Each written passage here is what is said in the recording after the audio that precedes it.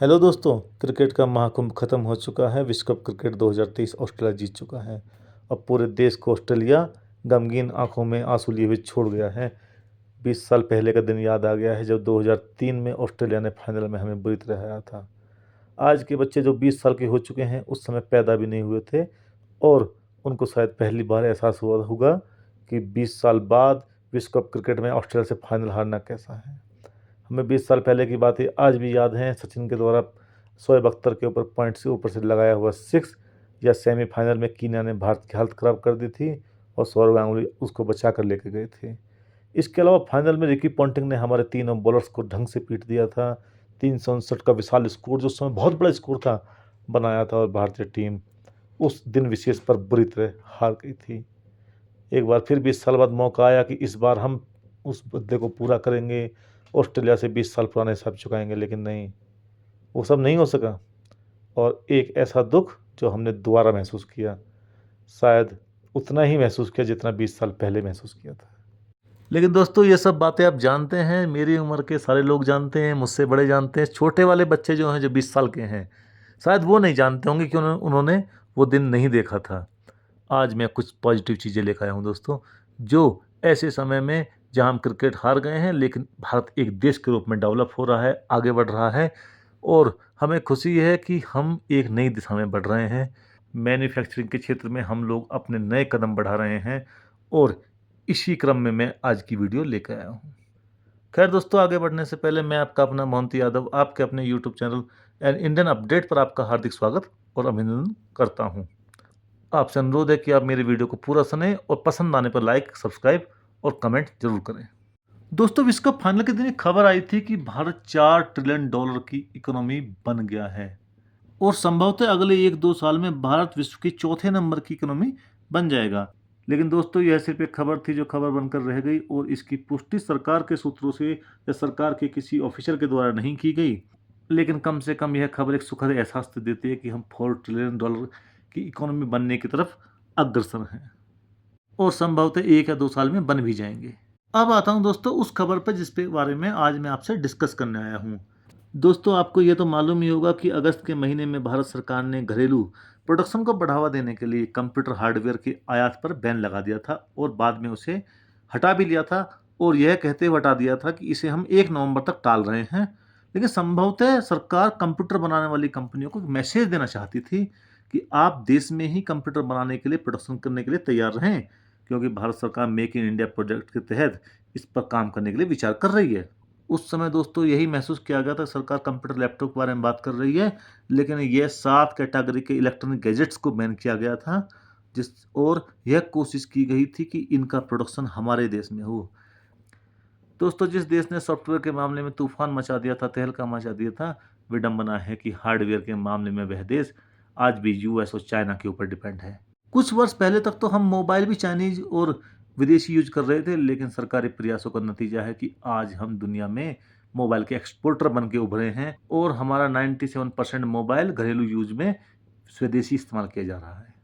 लेकिन laptop computer के मामले में हम अभी भी विदेशी मुल्क और ख़ास तौर से यूएस और चाइना पर ही डिपेंड हैं। लेकिन बदलते हुए परिवेश में भारत सरकार अब फैसला कर चुकी है कि यह लैपटॉप, कंप्यूटर जैसे चीज़ों को, ऐसे इलेक्ट्रॉनिक गैजेट्स को मेक इन इंडिया के तहत भारत में ही बनवाएगी और इस विषय में ऑलरेडी भारत सरकार काम शुरू कर चुकी है। दोस्तों, भारत का कंप्यूटर का जो आयात है ना, टोटल खर्चा $19.7 बिलियन का था, जो कि अप्रैल से जून 2022 के बीच का था। और लेकिन अप्रैल से जून 2023 का अगर डाटा देखें तो इसमें 6.25% की वृद्धि हुई थी, जो पैसा हमने आयात में खर्च किया था। तो कितना ज़्यादा इम्पोर्टेंट है कि हम जब इसका इतना ज़्यादा इस्तेमाल कर रहे हैं तो इसका क्यों ना अपने देश में बनाएं, अपना कच्चा माल यूज करें, अपना ह्यूमन रिसोर्स यूज करें, नौकरियां हमारे लोगों को मिले, मैन्युफैक्चरिंग हमारी हो और उसके बाद उसे हम निर्यात भी कर सकें। क्यों हम विदेशी मुल्क और ख़ासतौर से चाइना, जिसके साथ हमारा दुनिया भर का प्रॉब्लम है, उसके ऊपर डिपेंड हो।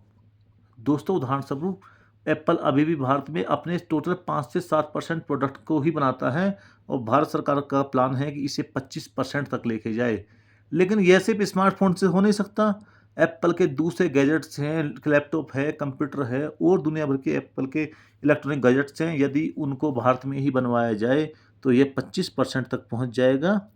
इसी क्रम में भारत सरकार ने अलग अलग श्रेणी के 7 कैटेगरी के प्रोडक्ट को आयात लिस्ट से निकाल दिया है, आयात बैन कर दिया है, जो कि अगस्त में आयात बैन किया था, लेकिन कुछ विपरीत परिस्थितियों को देखते हुए, मैसेज को देखते हुए उसे नवंबर तक बढ़ा दिया गया और अब 1 नवंबर भी निकल गया है। इस पूरी कवायद का उद्देश्य घरेलू प्रोडक्शन को ही बढ़ावा देना था, घरेलू मैन्युफैक्चरिंग को ही बढ़ावा देना था। इसमें भारत सरकार ने एक तरफ जहां इंपोर्ट लाइसेंस इशू करके कैपिटल गुड्स के लिए 24 महीने का टाइम दिया और वहीं रॉ मटेरियल के लिए 18 महीने का टाइम दिया। जैसे ही भारत सरकार ने ये घोषणा की कि यह अपने यहाँ घरेलू प्रोडक्शन को बढ़ावा देगी, हमारे यहाँ के कंप्यूटर लैपटॉप इंडिया में बनेंगे, तो हमारे देश की जो घरेलू कंपनी थी उनके शेयर अपने आप एकदम से ऊपर गए। और इसी क्रम में 18 नवंबर को भारत सरकार के आईटी मिनिस्टर अश्विनी वैष्णव ने बताया कि 27 कंपनियों ने भारत सरकार की मेक इन इंडिया प्रोग्राम के तहत लैपटॉप, पीसी, टैबलेट और सर्वर बनाने के लिए पीएलआई स्कीम के तहत ज्वाइन किया है, जिसमें से 23 कंपनियां किसी भी समय मैन्युफैक्चरिंग स्टार्ट करने के तैयार हैं और बची हुई 4 कंपनियां अगले 3 महीने में प्रोडक्शन शुरू कर देंगी।